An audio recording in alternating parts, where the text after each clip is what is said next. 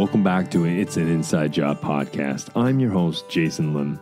Now, this podcast is dedicated to helping you to help yourself and others to become more mentally and emotionally resilient so you can be better at bouncing back from life's inevitable setbacks. Now, on It's an Inside Job, we decode the science and stories of resilience into practical advice, skills, and strategies that you can use to impact your life and those around you. Now, with that said, let's slip into the stream.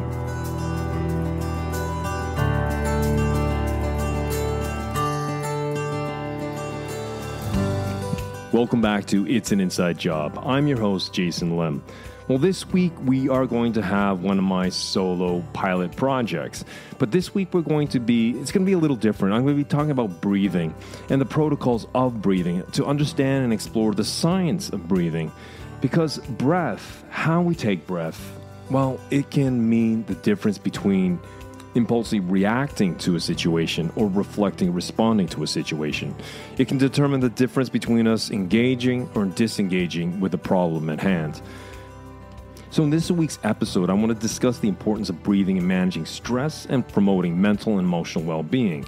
I want to explain how the conscious controlled breathing can positively affect our brain activity and the body's stress response. I want to emphasize the significance of nasal breathing over mouth breathing.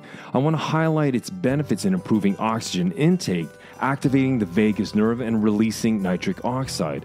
So this week, I want to explore those 5 breathing protocols. Now, I don't use them every day. 1 or 2 I use every day, but these are ones that I put into my regular practice of managing stress and coming and facing adversity in a much more equanimable kind of way. And I want to share this with you. And these are things that I work with my clients on. It's very pragmatic. It's very simple. It literally takes no money, no effort. All it asks of you is to show up and to be present with your breathing. And to ask yourself, how do I choose to respond?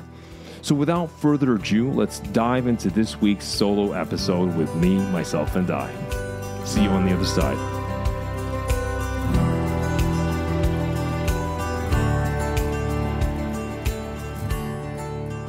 Breathing is the link between the brain and the body. It's the number one thing to give our mind a reset. When we feel nervous, stressed, overwhelmed, or catch ourselves overthinking, well, breathing protocols can get us back to a calm, relaxed, and controlled state of being. When we're out of breath, it means we're out of control. When our mind is out of control, well, our breathing typically follows. Breathing is something we do that is so subtle and automatic, yet essential to our health and well-being. We breathe approximately 25,000 times each day. Every breath impacts our heart rate, blood pressure, thinking, and emotions. It's one of the most powerful things we can do every day or at any moment of stress. The power of breath allows us to steer our focus and our energy. Now, since breathing is both a voluntary and involuntary process, we can consciously tweak it to calm our brain activity to positively affect our mental and emotional health. It's about bringing awareness to your breath so you can get out of your head and into the present moment. This habit will serve us well when we catch ourselves overanalyzing things. One of my hopes is that you will implement one of the following breathing protocols in your life. From my experience, I have found that breathing protocols that work remarkably well to turn off our stress response and put us into a calm state. I find the skills are even more effective if I understand the science behind why and how the skills affect me psychologically and physiologically. Now, the key to physiologically buffering stress is dependent upon our carbon dioxide tolerance, our CO2 levels. Now, the role of breathing is to exhale carbon dioxide and to inhale oxygen. The primary function of the protein hemoglobin found in our red blood cells, well, it's to transport O2, oxygen, from the lungs to the tissues and transport CO2, carbon dioxide, from the tissues to the lungs. When the body is in a healthy equilibrium, there is a balanced O2 and CO2 exchange. CO2 is responsible for offloading O2 or oxygen from the blood to our tissues. It means increased levels of CO2 lead to increased levels of oxygen by hemoglobin into our tissues, muscles, and our organs. With more oxygen, our brains can think clearly and our bodies feel more energized. We affect CO2 levels by how we breathe. There are receptors in the brain that monitor oxygen and carbon dioxide concentrations in the blood. When CO2 increases, these receptors tell us to breathe. The reason we breathe is in response to the accumulation of CO2 in the blood. Now, many of us breathe through our mouths and offload CO2 too quickly and in large amounts. This rapid offloading means we are decreasing the concentration of carbon dioxide, and it reduces the delivery of oxygen to our tissues and to our muscles. It can leave us gasping for air or feeling in a general state of fatigue. Well, then this further perpetuates an increased breathing rate to get more air, or what we can call overbreathing. If overbreathing becomes a habit, a biomechanical change happens to the receptors, telling us when to breathe. This change translates into a decreased tolerance to CO2, the very gas that is needed to deliver oxygen into our blood. This intolerance, well, it also means the body and brain have reduced capacity for dealing with stress. The nose knows. The nose is a remarkable structure. Most of us will never have given any thought to its many advantages. The design of our nasal passages helps us to warm and humidify the air we inhale. Our breath temperature can rise more than 4 Celsius on the way from the nose to the lungs. Tiny hairs called cilia cover our nasal passages, which act as a filtering system. Now, cilia help remove a significant share of germs, irritants, and bacteria, purifying the air before it reaches our lungs. The nose's structure creates greater resistance to airflow when we exhale. It forces better use of our diaphragm, keeping the air in our lungs a little longer, which slows down the offloading of CO2. This gradual release can increase the amount of oxygen that enters our bloodstream with each breath by as much as 20%. Nose breathing stimulates an area of our nasal sinuses that delivers nitric oxide, which mouth breathing doesn't activate. The wow effect of nitric oxide. Nitric oxide plays a significant role in respiration, in our breathing, by expanding blood vessels and alveoli to increase oxygen uptake in the blood. Alveoli is where the exchange of oxygen and CO2 takes place. Now, our lungs consist of approximately 300 million alveoli. You can picture them in your head like tiny air sacs that look like clusters of grapes. Now, the benefits of nitric oxide don't end there. They play an anti-inflammatory role in the arteries. It aids in preventing and clotting obstructions in the arteries. It also decreases blood pressure and improves blood flow to the organs. In addition, it enhances memory and learning, at the same time promoting a healthy digestive tract by regulating the secretion of digestive hormones and enzymes. When we breathe lightly through the nose, we carry a higher concentration of nitric oxide into the lungs. We can increase the concentration of nitric oxide in the nasal cavity by 15% by merely humming as we exhale through our nose. The vibration caused by humming mixes the air from the paranasal sinuses with the air in the nasal passage. It's in the paranasal sinuses where the primary production of nitric oxide happens. Now, one last fact about nitric oxide is that it has a strong antibacterial effect, killing both viruses and bacteria. Stress and breathing. Our breathing directly impacts the autonomic nervous system, which consists of 2 branches, the sympathetic and the parasympathetic. Now, the sympathetic nervous system is the fight or flight.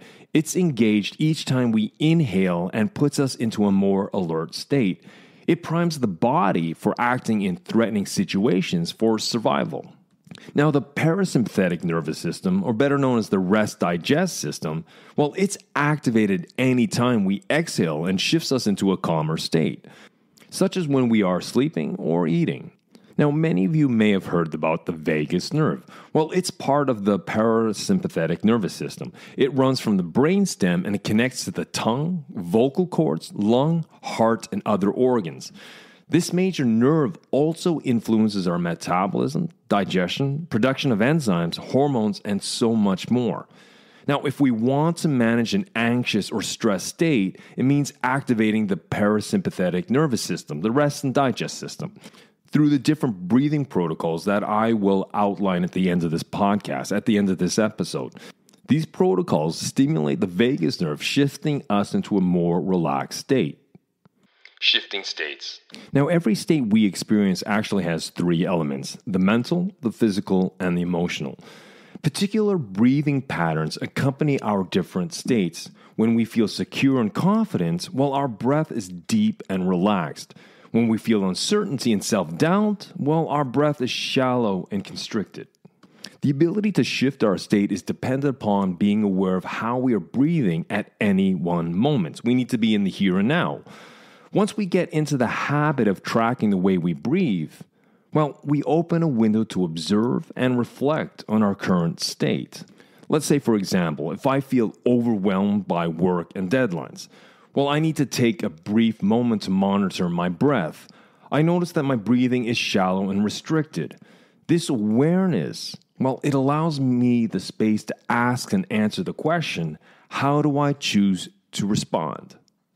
Whenever we notice, observe, perceive our breathing, well, it allows us to shift perspective from the subjective to the objective and to take conscious action to change to a more helpful state. The fastest and most direct way to change our state is to consciously change our breathing patterns. Now, an excellent place to start is to teach ourselves to monitor our respiration, our breathing with milder states, such as when we are feeling a little annoyed or slightly concerned.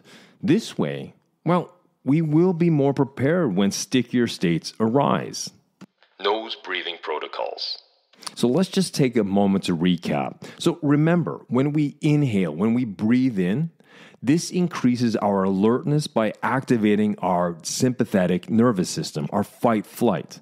When we exhale or breathe out, well, this calms us by engaging the vagus nerve of the parasympathetic nervous system, the rest-digest part of our nervous system. In general, our exhales should be longer than our inhales to put us into a calmer state.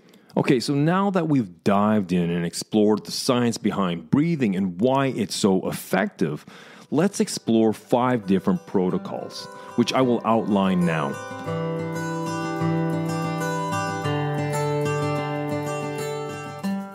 Breathing Protocol 1. So in this first protocol, I want you to start with a 1-to-2 breath ratio, which means you will engage the parasympathetic nervous system pathway twice as much as the sympathetic nervous system. So what you want to do is this: inhale for a count of 3, and then exhale for a count of 6. Do this for about 10 to 15 breath cycle. Now, one breath cycle includes an inhale and an exhale. Once you feel comfortable with the 1-2 ratio, you can increase it to a 1-3 ratio. For example, you can inhale for a count of 3 and then exhale for a count of 9. Now remember, we want to breathe through our nasal passages, through our nose. Breathing Protocol 2. Researchers from the neurobiology department at Stanford University, well, they identified a natural breathing pattern called a physiological sign.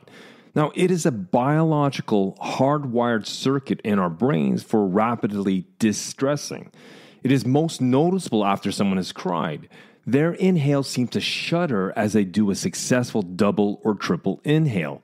It is the physiological sigh in action. Now, if you recall earlier in the episode where I described the makeup of the lungs, which is made up of 300 million alveoli, which make up our lungs, these little bags, some of these tiny air sacs collapse over time. And as a result, oxygen levels drop and CO2 levels increase in the bloodstream. Now, the buildup of too much CO2 triggers the body's stress response. Increasing the levels of oxygen in our bodies has a calming effect on our nervous system. So the double inhale pops the alveoli open, allowing more oxygen in than a regular single inhale. And it is through the subsequent long exhale that we offload a massive amount of CO2. So to help you picture this, think about when you blow up a new balloon. You usually need to breathe twice into the balloon before it inflates. Now, the first breath, it releases the balloon's insides that tend to adhere together. The second breath can then refill the balloon with air. This balloon effect is what is happening to our alveoli when we inhale twice. More oxygen means more calm. So let me demonstrate. So a physiological sigh will sound like this, breathing through the nose.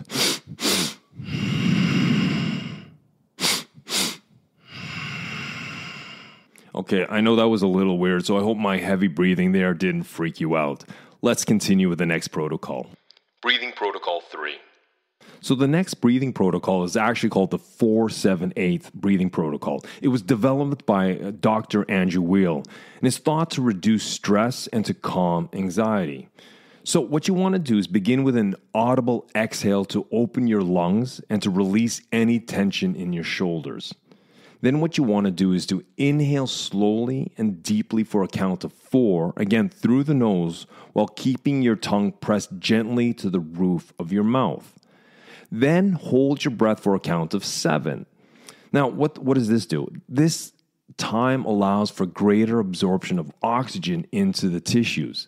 Finally, audibly exhale nice and slow for a count of 8, and this offloads the CO2. Now, what you want to do, this 4-7-8 is one breathing cycle.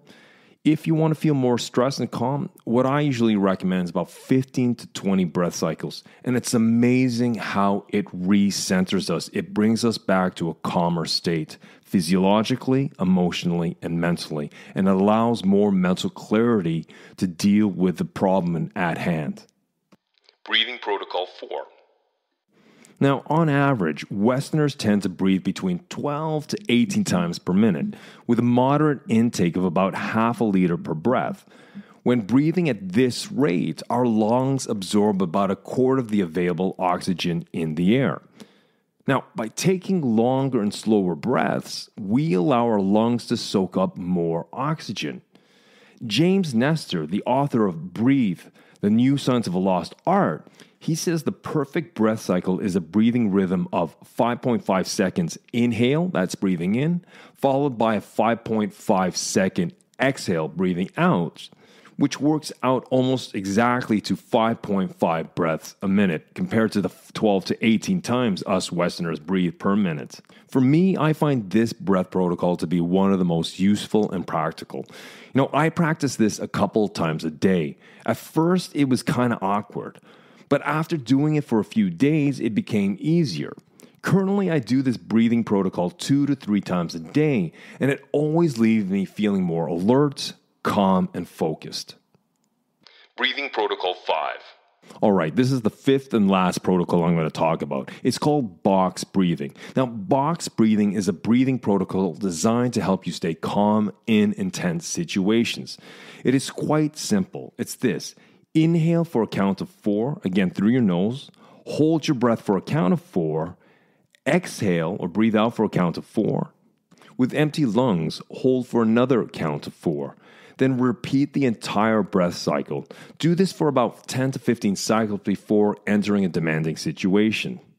So, for example, if you're at the office and you're going to go into a hard or difficult conversation where it's going to be emotionally engaging, just before you enter that arena, just look at the monitor in front of you. And you can use the top of the monitor to count 4. And as you go down the side of the monitor on the right-hand side, you can hold for 4. And then you can exhale for a count of 4, following the bottom of the monitor. And as you complete the cycle of coming up the left side of the monitor, then you hold for a count of 4 again, and then cycle through this 10 to 15 times, 20 if you need it. Okay, these are the 5 breathing protocols that I use with clients, and it's very easy to teach. It has an immediate physiological and psychological effect on our central nervous system. And that's why I wanted to kind of spend a little time to give some latitude and altitude behind the science of breathing. Now, I'm not saying this is an exhaustive list of protocols. Maybe you have something, and I'd like to hear from you if you found something that's really effective for you that we can share with the audience. So there's such a depth to the science of breathing that it's impossible to capture it all in one episode. I've shared what I believe to be the most useful science and breathing protocols, which significantly impact my work and life. I use these protocols to improve my running and my climbing. I use them when I'm feeling overloaded or I need a jolt to my nervous system when I'm feeling a little lethargic. Now, these are the same protocols, as I said, I teach to clients, which have a tremendous impact on managing their stress. One message I hope I've been able to communicate in this episode is how something as simple as breathing can have such a dramatic and positive effect on our psychology as well as our physiology, and quite immediate at that.